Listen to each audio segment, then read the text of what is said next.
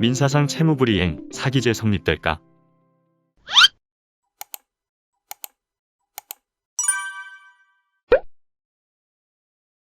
상담 전화를 받다 보면 많은 분들께서 변호사에게 묻는 내용이 있습니다.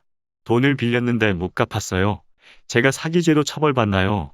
사기죄로 처벌받을까요?는 단순 민사상 채무불이행과 형사상 사기죄를 구분하지 못하여 하는 질문입니다.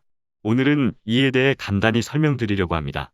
민사상 채무불이행이란 돈을 빌려가서 갚지 않거나 일부만 갚고 계속해서 변제를 늦추는 것은 일종의 민사상 채무불이행입니다.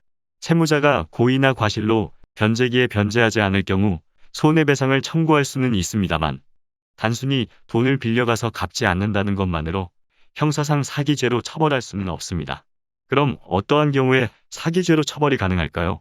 사기죄가 성립되려면 형법 제347조에서 규정하고 있는 사기죄는 사람을 기망하여 재물의 교부를 받거나 재산상의 이익을 취득함으로써 성립하는 범죄로 해당 범죄를 범한 경우 10년 이하의 징역 또는 2천만 원 이하의 벌금에 처하게 됩니다.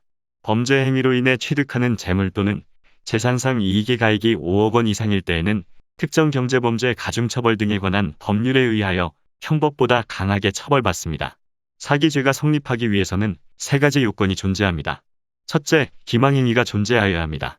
기망행위란 허위의 의사표시에 의해 타인을 착오에 빠뜨리는 행위를 의미합니다. 둘째, 재물의 편취나 분명한 재산상의 이득이 있어야 합니다. 실제로 금전을 받거나 담보를 확보하는 등 적극적인 이익을 취하거나 채무를 갚을 것처럼 가장해 돈을 빌리는 경우가 해당됩니다. 셋째, 이러한 행위를 편취의 의사를 가지고 실행하는 고의성이 인정되어야 합니다.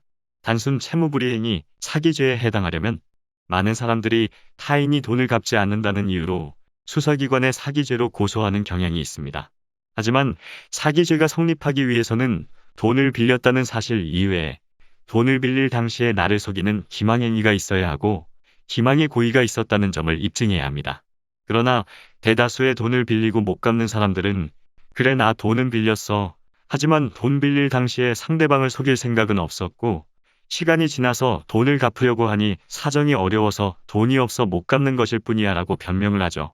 그렇다면 피해를 입은 사람 입장에서는 돈을 빌려간 사람이 돈을 빌릴 당시 돈을 갚을 의사와 능력이 없었다는 것을 입증하면서 고소하여야 합니다. 게다가 판례는 용도 사기를 인정하고 있는데요. 즉 돈을 빌리면서 사용하고자 하는 진정한 용도를 고지하였다면 상대방이 빌려주지 않을 것이 예상될 때 사기죄가 인정된다는 것입니다. 피해자는 이런 점을 강조해 고소 가능할 것입니다. 사기 혐의로 고소당한 사람 입장에서는 당연히 돈을 빌릴 당시 돈을 갚을 의사와 능력이 있었다는 점을 수사기관에 상세히 설명해야겠죠. 채무자의 채무불이행을 어떻게 해결할까? 그럼에도 불구하고 민사상 채무불이행으로 풀어가야 할 문제를 형사상 사기 고소하는 경우는 상당히 많습니다. 아무래도 형사고소가 이루어져야 돈을 빌려간 사람이 압박을 느껴 돈을 잘 변제하지 않을까 하는 단순한 생각 때문인데요. 오히려 채권 회수 목적으로 섣불리 형사고소를 진행해버렸다가 무혐의가 나오면 오히려 채무자에게 면죄부를 주는 상태가 될 수 있고 상대방이 고소인을 무고 혐의로 고소할 가능성도 있습니다. 게다가 채무자도 형사고소가 이루어지면 경계하여 자신의 재산을 은닉하거나 도주하기도 하고 경우에 따라서는 파산이나 회생 절차를 진행하는 경우도 있습니다. 따라서 형사고소나 민사소재기 모두 변호사와의 상담을 통해 전략을 수립한 후 계획적으로 행동해야 할 필요성이 크다 할 것입니다.